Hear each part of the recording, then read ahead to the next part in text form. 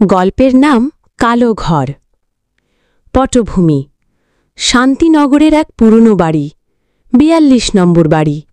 বাড়িটা আজ ২৫ বছর ধরে তালাবন্ধ।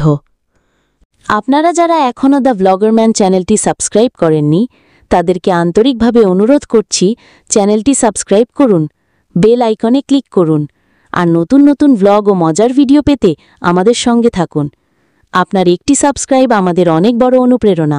লোক মুখে শোনা যায় সেখানে কেউ বাস করতে পারে না।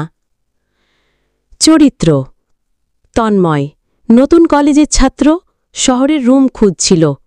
রফিক কাকু, বাড়িওয়ালা, যে বলে চাইলেই বাসা নিতে পারো, কিন্তু একটাই শর্ত।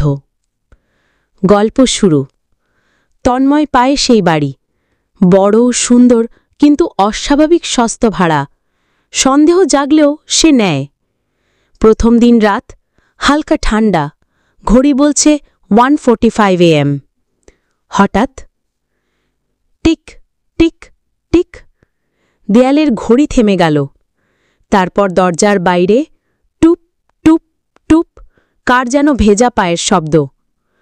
তন্ময় ভয় পেয়ে বলে, কে? কিন্তু কেউ উত্তর দেয় না। হঠাৎ জানালার কাছে ঘন তাপ জমে ওঠে, আর সেখানে লেখা ওঠে এক হাতের আঙুল দিয়ে লিখে, তুইও মরবি যেমন ওরা মরেছিল। পরের দিন তন্ময় পালিয়ে যায় রফিক কাকুর কাছে। কাকা বলেন, ২৫ বছর আগে এই ঘরেই এক পরিবারকে খুন করা হয়। এখন যারা সেখানে থাকে তারা ওদের ছায়া দেখে। রাতে 1:45 মানে ওদের মৃত্যুর সময়।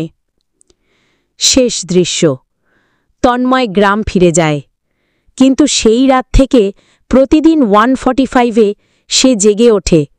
ঘরের বাইরে সেই ভেজা পায়ের শব্দ এখন তার বাড়িতেও শোনা যায়।